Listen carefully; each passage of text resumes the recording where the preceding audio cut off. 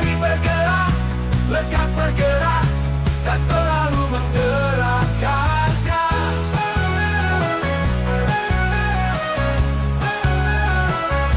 Mari bergerak bersama guru penggerak,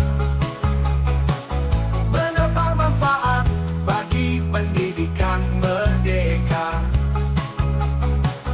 Lekas bergerak dalam. Si Pak, Assalamualaikum. Waalaikumsalam warahmatullahi wabarakatuh. Ya, silakan. Apa ini? Mohon maaf, ini saya mengganggu Pak kabarnya. Alhamdulillah sehat. Baik Pak, terima kasih. Ini saya mohon maaf mengganggu waktu Ya. Bapak sedikit Pak. Jadi kebetulan Pak di program pendidikan guru penggerak ini saya ada tugas nih Pak. Tugasnya terkait dengan pengambilan keputusan berbasis nilai-nilai kebajikan sebagai pemimpin. Nah, mungkin saya ingin sedikit tanya-tanya kepada Bapak dan tidak lama, sekitar 15 menit. Ya. Jadi saya ingin sedikit bertanya atau sharing terkait dengan Bapak sebagai pemimpin di sekolah ini tentang hal pengambilan keputusan berbasis nilai-nilai kebajikan sebagai pemimpin. Nah, saya berharap nantinya dengan sharing kita pagi ini Bapak bisa berbagi pengalaman kepada saya bagaimana dalam menyikapi atau mengambil keputusan ketika Bapak berada dalam situasi yang relatif. Nah, begitu Pak kira-kira keterangan saya ini. Nah, jadi Pak, ini saya ingin bertanya, kira-kira nih Pak, Bapak sudah berapa lama menjabat sebagai seorang kepala sekolah atau pemimpin? Kalau saya kepala sekolah sudah di 3 tempat ini. Ya. Tempat pertama saya 11 tahun, ada tempat kedua 1 tahun, dan ini di tempat yang baru di SMA Negeri 2 Bagian Samba ini sudah berjalan 10 bulan. 10 bulan Ya, Pak ya. jadi hitungannya sudah hampir 13 tahun. 13 tahun, Masya Allah. Jadi Ya.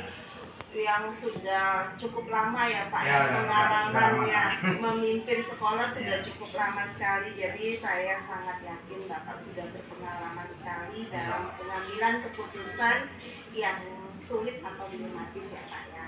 Nah, jadi Pak, untuk pertanyaan pertama saya terkait dengan tugas saya ini,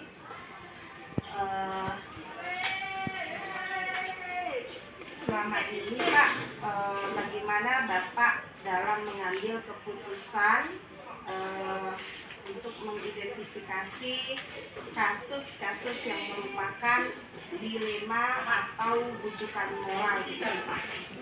Ya, kalau pengalaman saya mengidentifikasi ya kasus-kasus yang merupakan dilematika atau rujukan moral. Yang jelas pertama kita lihat dulu latar belakang apa yang menyebabkan terjadinya kasus seperti itu.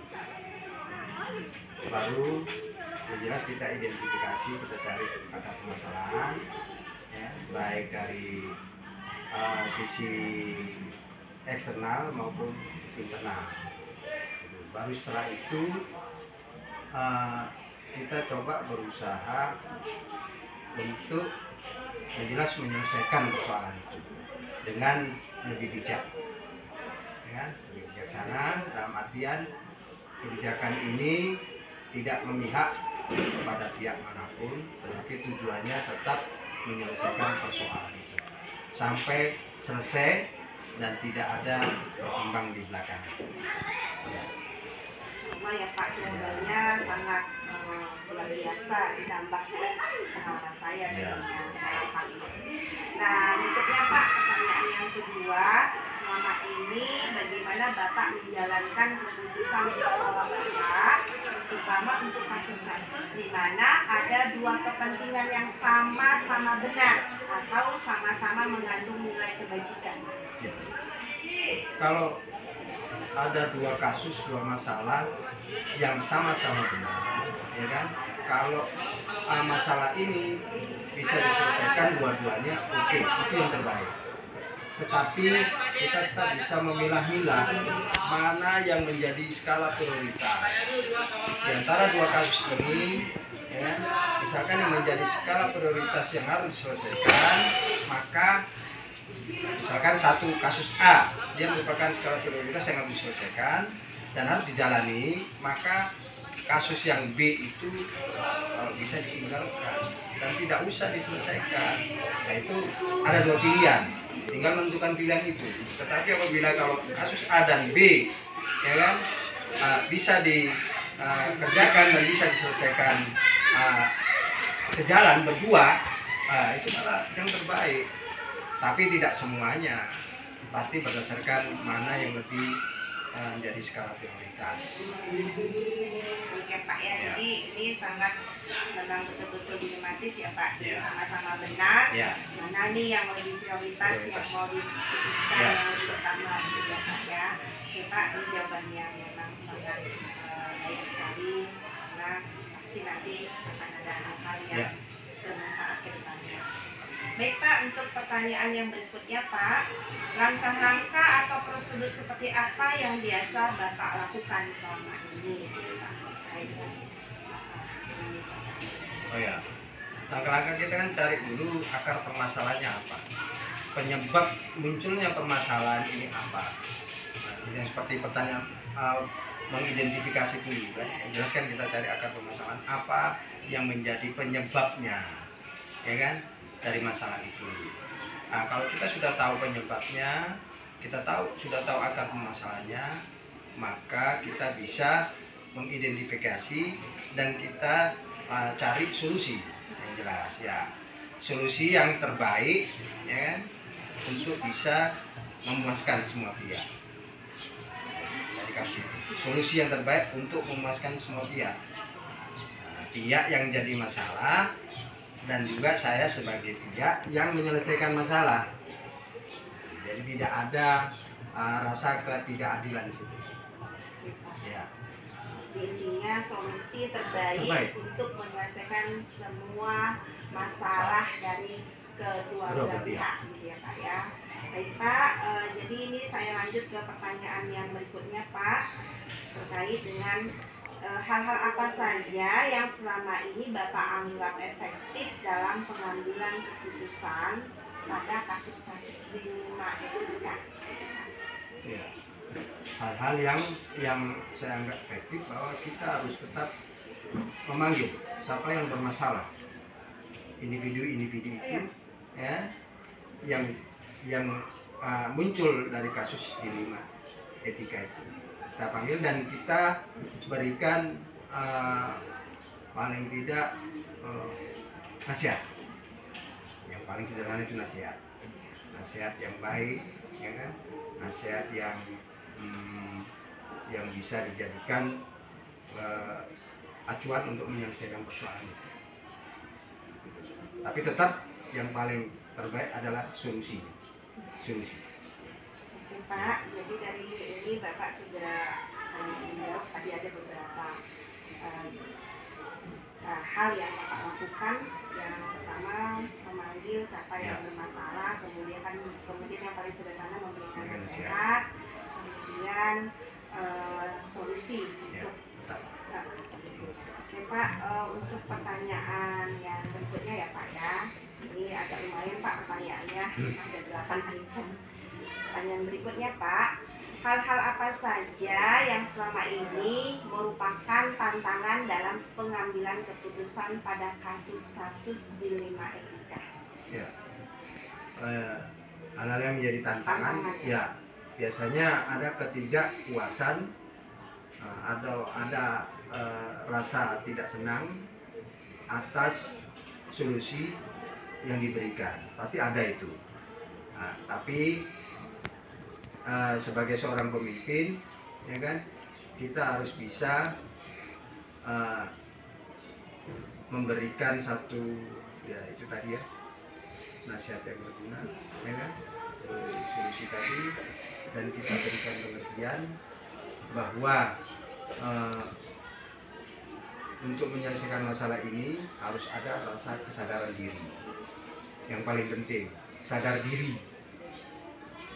Kalau kita tidak punya rasa sadar diri, nah, apalagi minta maaf, itu berat. Ya, harus berani minta maaf, itulah yang bagus. Ya kan? Dalam masalah apapun. Ya, seorang pemimpin itu kan pasti kita menyelesaikan masalah yang apalagi yang berhubungan dengan dilema etika ini kan, ya kan? Itu kan agak sensitif, ya kan? Bukan masalah pelanggaran biasa.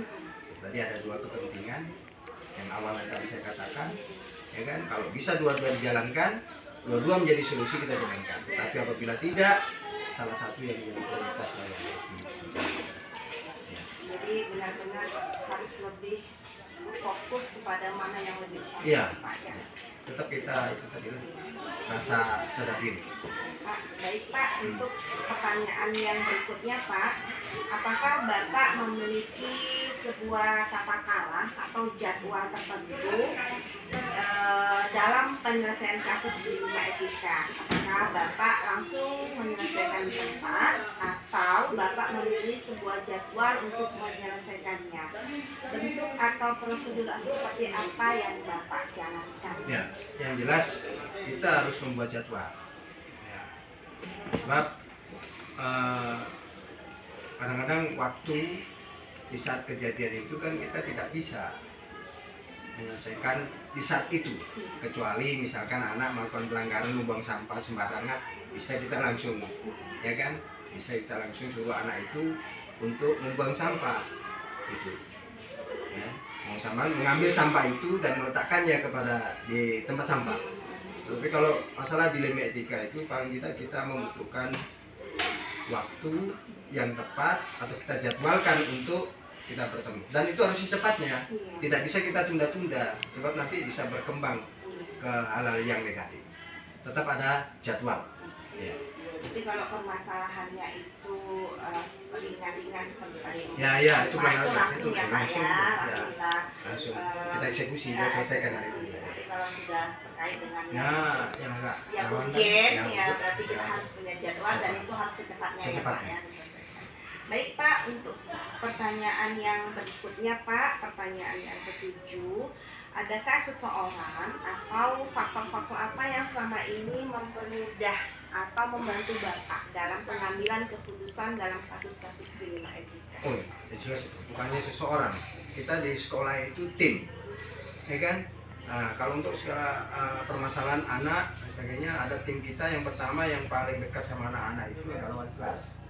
Kita bisa menggali sumber informasi dari wali kelas, dan selanjutnya adalah guru BP. Ya, guru BP tetap koordinasi, dan yang selanjutnya yang dibawa kepala sekolah adalah wakil kepala sekolah.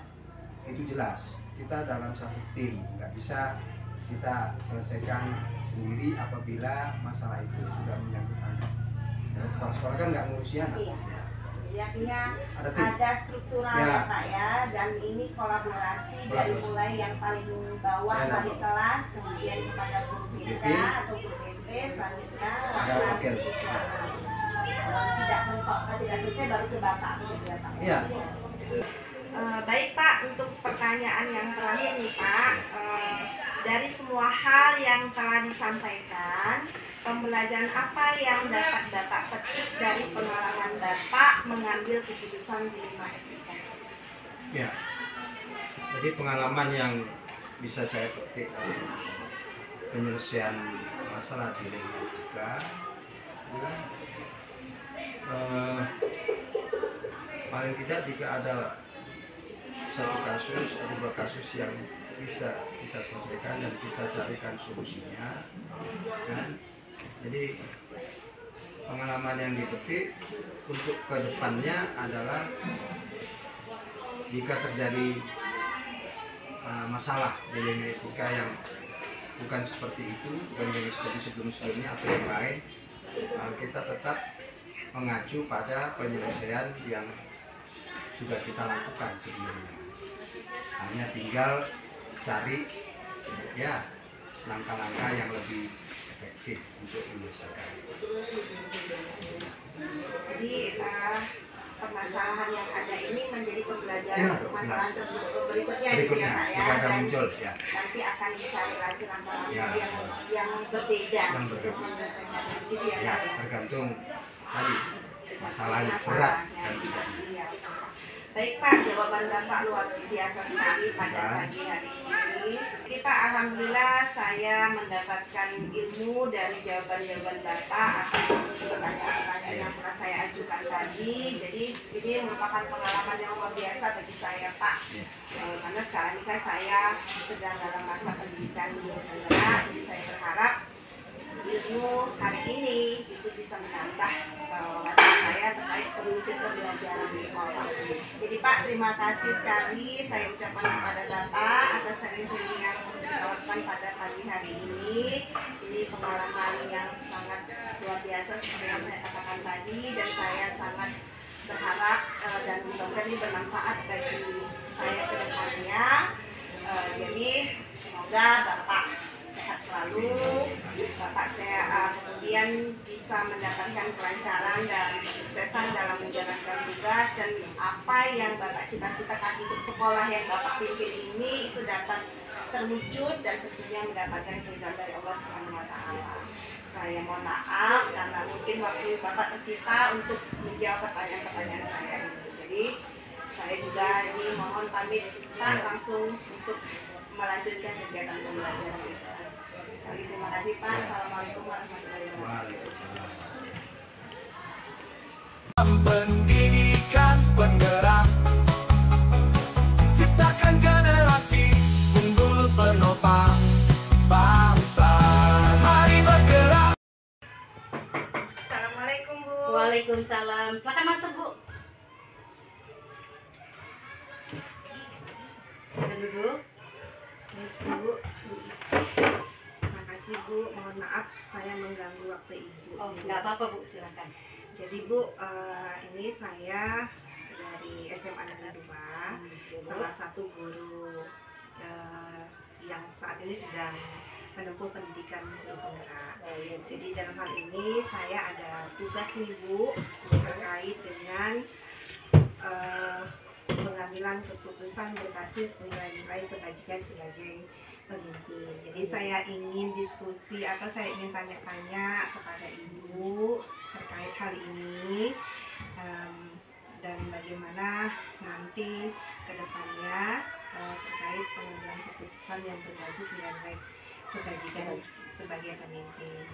Ada waktunya Bu? Oh, ada, Bu. Silakan, Bu. Baik, terima kasih Bu. Jadi di sini saya ingin bertanya, dan saya berharap nanti sharing kita pada hari ini nantinya Ibu bisa berbagi pengalaman kepada saya, dan saya juga mendapat ilmu dari pembicaraan kita pada pagi hari ini. Pertanyaan awal nih, saya ingin bertanya kepada Ibu, kira-kira sudah berapa lama Ibu menjabat sebagai kepala sekolah atau pimpinan di sekolah ini? Alhamdulillah ya, Bu. Saya akan menjawab pertanyaan Ibu.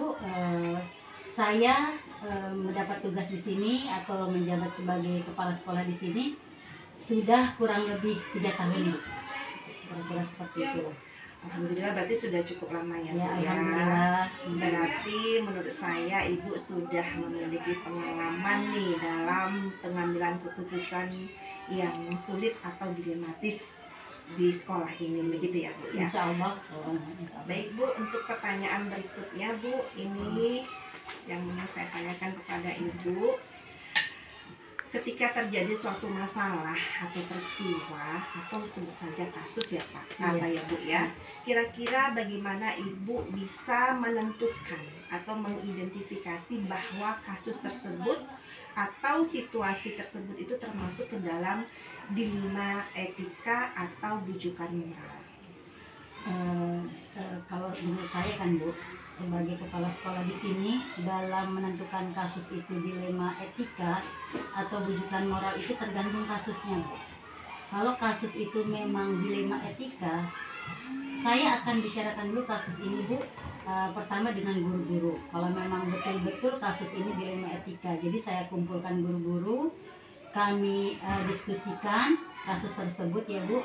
Lalu setelah itu mungkin setelah sama guru mungkin saya akan membahas kasus ini kembali kepada yang lebih atasan dari saya seperti pengawas sekolah, dan juga saya akan bahas dengan komite sekolah gitu Bu. Jadi kami saling berkolaborasi untuk membahas kasus ini gitu Bu.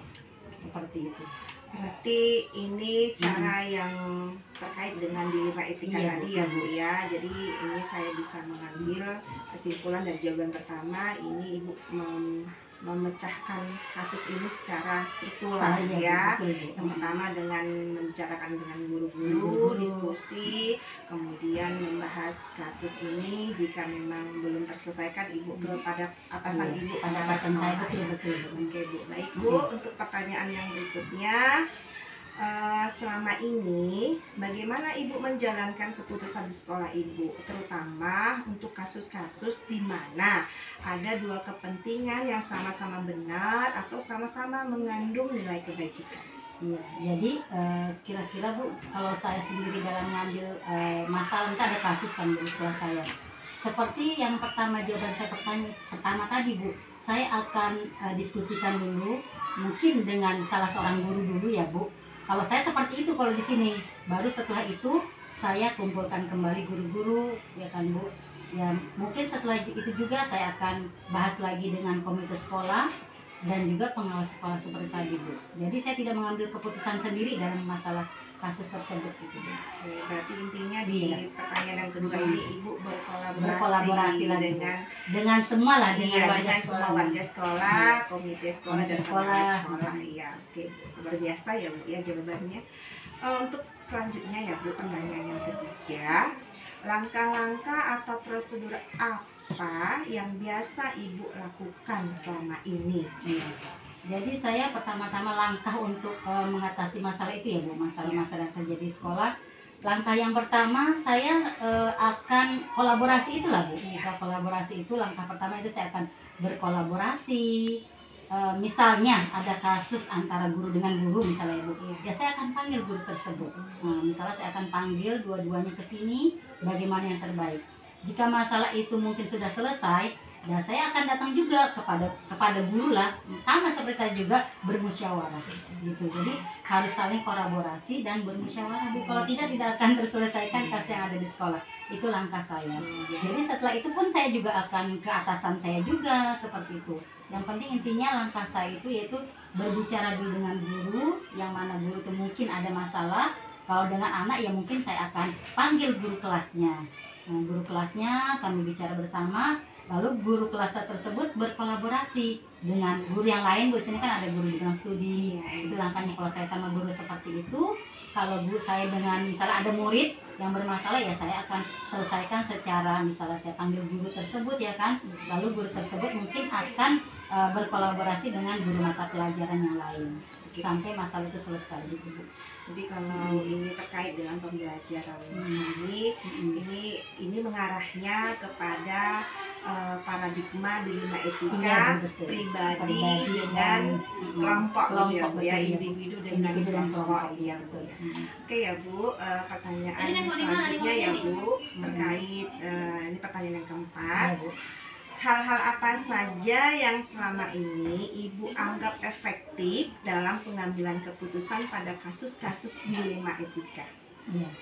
Jadi kalau hal yang efektif untuk mengambil keputusan dalam dilema etika, yang paling efektif itu berkolaborasi, bekerja sama, bermusyawarah. Jadi kalau itu semua kita jalankan, pasti dilema etika yang ada itu akan terselesaikan. Gitu, Bu. Seperti itulah. Oke ya Bu ya, jadi dengan adanya kolaborasi dan bermusyawarah, jadi diharapkan bisa nanti dilema etika ini Iya, terselesaikan gitu ya Bu ya, betul. karena dilema etika ini dua-duanya benar ya Bu Benar, ya. betul. Jadi mana yang kita Mana yang kita pertimbangkan pertimbangkan, gitu ya Bu betul, ya. betul. Oke ya Bu, luar biasa nih jawabannya Bu. Untuk pertanyaan yang kelima nih ya Bu ya, hal apa saja yang selama ini merupakan tantangan dalam pengambilan keputusan pada kasus-kasus dilema etika? Nah, yang menjadi tantangan dalam pengambilan keputusan Bu, adanya mungkin adanya guru yang kurang respect respect dengan apa namanya, keputusan yang dibuat mungkin Bu, seperti itu. Adanya kurang respekkan lah gitu. Jadi kalau seperti itu kita kan harus betul-betul duduk bersama gitu. Karena kan sama-sama betul gitu kan Bu tadi dilematika itu. Jadi itu lebih kurang respekkan tantangannya seperti itu. Kurang respek atas masalah yang terjadi gitu. Ya tantangannya. Ya, memang ini menjadi hal yang biasa terjadi ya Bu ya, ketika kita dihadapkan dengan dilema etika nih, yang mana nih mau kita pilih. Ketika kita milih yang satu, ada pihak-pihak yang lainnya yang merasa tidak kurang setuju dan merasa dirugikan lah gitu Bu. Oke Bu, untuk pertanyaan yang berikutnya ya Bu ya, pertanyaan yang ke-6, apakah Ibu memiliki sebuah tata krama atau jadwal tertentu dalam penyelesaian kasus dilema etika? Apakah Ibu langsung menyelesaikan di tempat atau memiliki sebuah jadwal untuk menyelesaikannya? Bentuk atau prosedur seperti apa yang Ibu jalankan? Baiklah Bu, untuk mengatasinya saya ada juga membuat jadwal ya kan, ada juga membuat jadwal, tidak langsung secara langsung lah saya selesaikan, nggak mungkin kan Bu. Jadi pertama mungkin hari pertama mungkin saya akan panggil guru ya kan, entah bicara berdua atau gimana. Terus mungkin hari kedua saya akan bermusyawarah. Jadi saya bikin jadwal memang Bu. Jadi tidak hari itu selesai masalah yang saya akan selesaikan, nggak mungkin kan Bu. Sebanyak itu masalah akan selesai dalam waktu 1 hari. Jadi saya memang membuat jadwal. Membuat jadwal. Jadi hari pertama ini, hari kedua ini gitu sudah saya jadwalkan lah. Oke, berarti ada jadwal yang Ibu sudah tentukan terkait permasalahan yang akan diselesaikan. Betul. Oke Bu, pertanyaan yang berikutnya, pertanyaan yang ke-7, adakah seseorang atau faktor-faktor apa yang selama ini mempermudah atau membantu Ibu dalam pengambilan keputusan dalam kasus-kasus dilema etika? Baiklah Bu, jadi yang mempermudah saya mengambil mengambil keputusan ya Bu dari kasus dilema etika ini, yaitu ya warga sekolah itu sendiri. Jadi guru-guru, komite sekolah, serta pengawas sekolah yang mempermudah saya menyelesaikan lah gitu Bu, jadi ya dengan cara tadi berkolaborasi tadi ya Bu. Jadi intinya dalam hal ini supaya kasus ini bisa dipermudah, Ibu dalam mengambil keputusan ada orang-orang yang dilibatkan pertama warga sekolah, yaitu guru-guru, kemudian komite sekolah dan pengawas sekolah. Baik Bu, pertanyaan yang terakhir nih ya Bu, pertanyaan yang nomor 8. Dari semua hal yang telah disampaikan, pembelajaran apa yang dapat Ibu petik dari pengalaman Ibu mengambil keputusan dilema etika? Jadi dari awal ya Bu, kita bercerita ya kan Bu, dari awal kita sampai pertanyaan awal sampai pertanyaan akhir. Jadi pengalaman saya Bu, yang pertama yaitu dalam penyelesaian masalah, tidak mungkin kita menyelesaikan masalah walaupun saya sebagai seorang pemimpin menyelesaikan masalah itu sendiri, tidak mungkin. Saya butuh orang-orang yang memang sama-sama mau berkolaborasi serta bermusyawarah, karena segala sesuatu harus diselesaikan dengan kerjasama yang baik gitu Bu. Jadi itulah mungkin pengalaman orang lain itu seperti itu, bukan hanya pengalaman saya. Jadi diperlukan kerjasama yang baik, kolaborasi yang baik, dan musyawarah yang baik gitu Bu. Jadi nggak mungkin kita kan, ini ada masalah, saya selesaikan pribadi atau sendiri gitu Bu.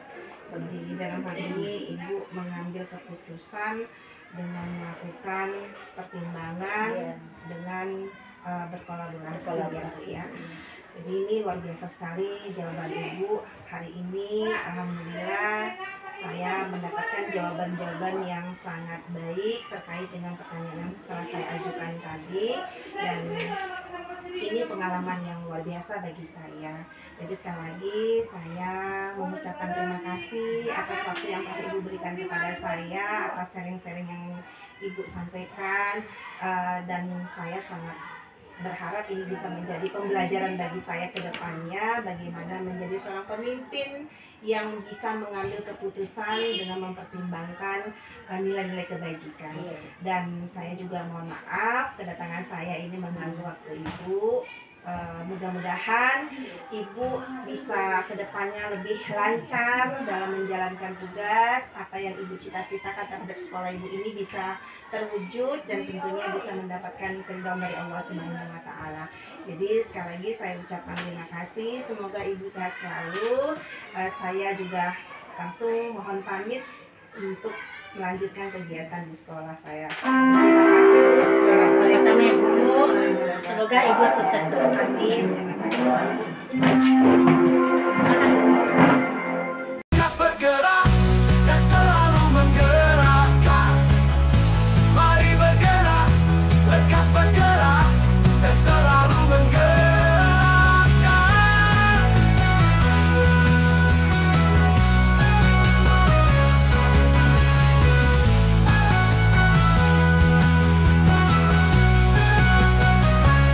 Mari bergerak bersama guru penggerak, menebar manfaat bagi pendidikan merdeka. Lekas bergerak dalam pendidikan penggerak, ciptakan generasi unggul penopang bangsa. Mari bergerak, lekas bergerak dan selalu menggerakkan. Mari bergerak, lekas bergerak dan selalu menggerakkan.